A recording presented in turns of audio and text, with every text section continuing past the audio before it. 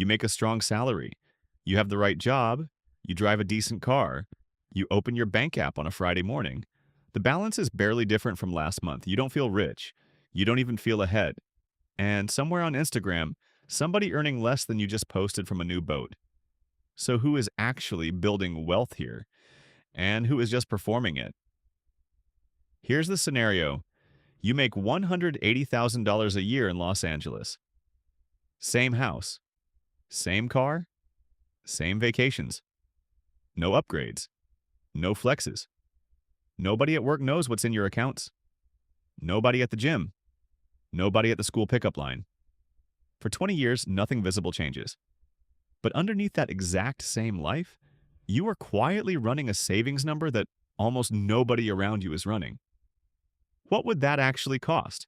And what would it actually build? Because the visible scoreboard everyone is checking, the cars, the kitchens, the trips, that scoreboard is broken at this income level. The quiet builders win it without ever stepping onto the field. Start with the number on your offer letter, $180,000. That number is a lie. In California, after federal tax, state tax, Social Security, Medicare, and disability, a single filer on a $180,000 salary takes home about $114,000 a year. That is the number that hits your account. The other $66,000 never existed for you. Call it the silent tax floor. It is the gap most people don't see, and it is the first reason a six-figure salary feels weak. Now look at how most people size their life. They size it off the salary they signed for, the $180,000 number. So they shop for a $180,000 lifestyle, the car that fits a $180,000 person, the vacation a $180,000 person takes, but the bank account only ever sees $114,000. That is the second invisible drain. You are sizing your spending off a number that was never going to land in your account. It's not that you don't make enough. It's that you size your life off the wrong number. Now the quiet builder does something different. They look at the $114,000. They take 30% of that, roughly $34,000 a year. They redirect it before it ever shows up as spending money. Automatic transfer the morning after payday. Index funds. Maxed 401k. Brokerage. Done. Same house. Same car. Same vacation. But $34,000 a year is now moving into an account nobody can see. Now run the math forward. 20 years.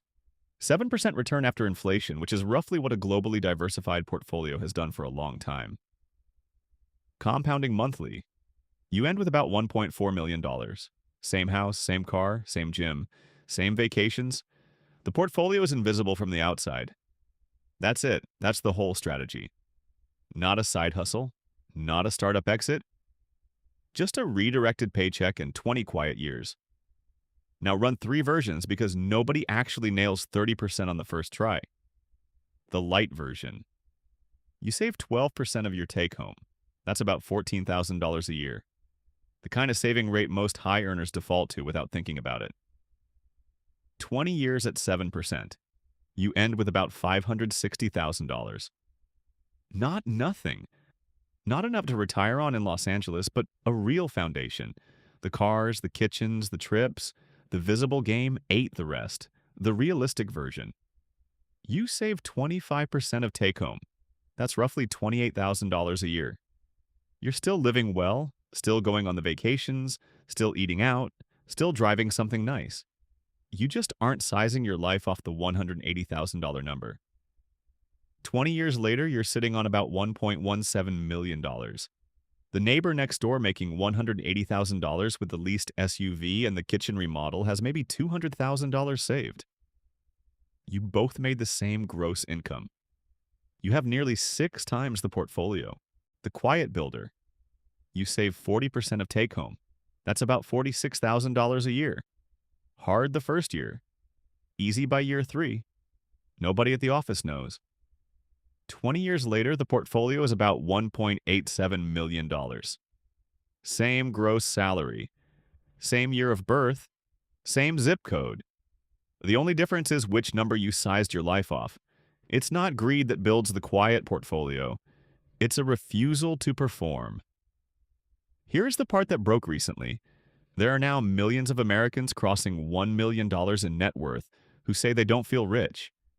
They have the seven figures and they still feel behind because the visible scoreboard, the cars, the kitchens, the trips keeps inflating faster than the portfolios do.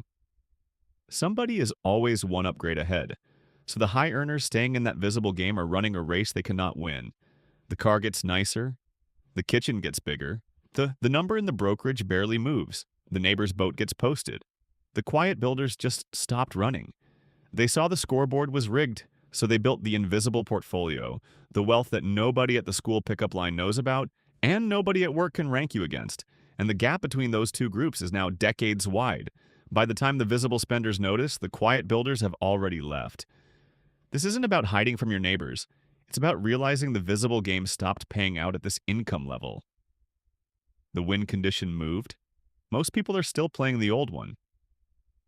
3 takeaways. 1. Size your life off your take-home number, not your salary number. The silent tax floor decides what your account ever sees. 2. The invisible portfolio is a refusal to perform, not a sacrifice. You are not giving anything up. You are just opting out of a scoreboard that does not pay. 3. The gap between the quiet builders and the visible spenders is now measured in millions, not thousands. The longer you wait, the wider it gets. Tonight, before you go to sleep, pull up your last pay stub. Find the take-home line. Multiply it by 0.30. That is the cost of quiet wealth on your salary. Open your bank app. Set up the automatic transfer for the morning after your next paycheck. Just the transfer. Nothing else. Nobody has to know. If you found this useful, hit like, subscribe, and turn on notifications for more simple explanations.